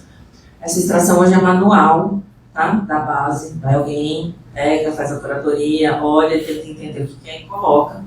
A gente está em fase agora também de homologação de painéis de BI que a gente pretende subir até mês que vem, para substituir esses números que estão no site, né, para que todo mundo consiga ver o que quiser, como quiser, em termos da base, até porque, né? Então, no mesmo espírito sincericida do presidente, a gente também está tentando entender alguns dos números que foram divulgados no último relatório, tá? Então, não, porque, então, por exemplo, esses 18 mil, essa é a primeira coisa que eles se somam, mas é que esse número tem uma razão muito específica, que, eles nos RIFs espontâneos estão incluídos aí aqueles RIFs automáticos, né? Tem algumas questões específicas que vão se transformar em automáticos e estão aí também previstos, portanto, aquelas consultas em que a pessoa faz diretamente na base e a base só retorna. Sim, tem. Não tem alguma coisa com essa pessoa, isso é considerado RIF, isso é considerado RIF automático, e por isso esse número nessa quantidade, tá? Então, em tese, tudo que saiu do COAF, inclusive dessas consultas, acaba compondo esse valor total de RIFs e por isso esse número dentro também das nossas estatísticas. Mas é isso, até mês que vem a gente deve ter os painéis para quem quiser olhar, brincar um pouquinho, entender um pouco melhor também os dados que a gente tem. Perfeito, desculpa, respondendo a sua pergunta, a gente tem a imensa maioria dos pedidos vem sem pedido, sem decisão judicial anterior. Alguns já com decisão, mas é a minoria hoje em dia. E assim, isso é uma discussão que tem também dentro da Polícia Federal e alguns colegas. A de cautela, é melhor pedir autorização judicial para evitar nulidade?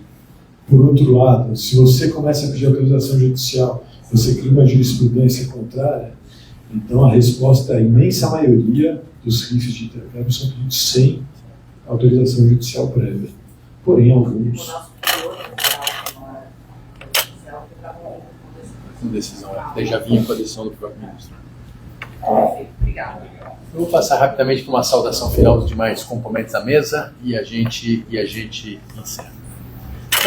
Eu só quero agradecer a oportunidade de estar aqui debatendo, parabenizar a Marina pela sua exposição e parabenizar o doutor Marcelo pela presidência do COAF e que sabe que pode, que precisar contar com a Justiça Federal pode contar, e não só Justiça, Tribunal, mas também a JUF, né, que integra a ENCLA e presidir a JUF tem tido um papel importante lá na luta, na lavagem de dinheiro. Muito obrigado, Paulo Sérgio, prazer estar com o senhor aqui hoje. Obrigado. E gostaria, antes de me despedir, fazer uma saudação ao meu colega de Justiça Federal, Marcelo Guerra, que veio aqui prestigiar o evento. Obrigado, Marcelo, pela presença. Obrigado a todos. Acho que é melhor esse aí. Esse aqui. Imagina. Eu também,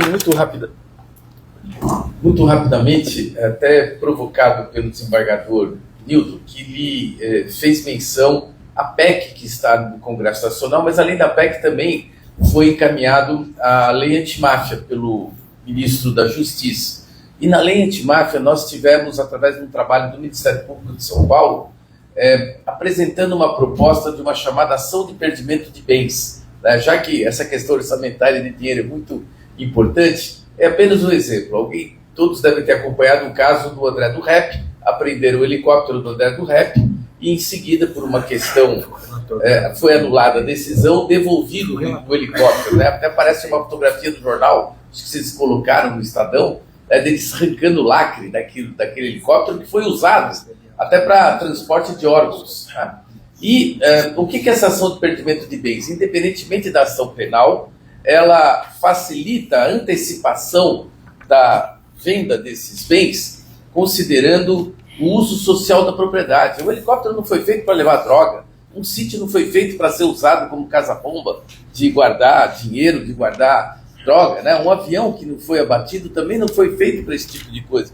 Então acho que o Brasil tem que ser mais corajoso, mais audacioso, tem que ser mais direto em buscar isso, e aí fica mais fácil para o COAF, fica mais fácil para uma série de instituições a gente usar esse dinheiro no combate ao crime, na estruturação das instituições. No mais, em nome do Ministério Público, agradeço demais a Faculdade de Direito, o PIR, a atenção de todos vocês. Muito obrigado.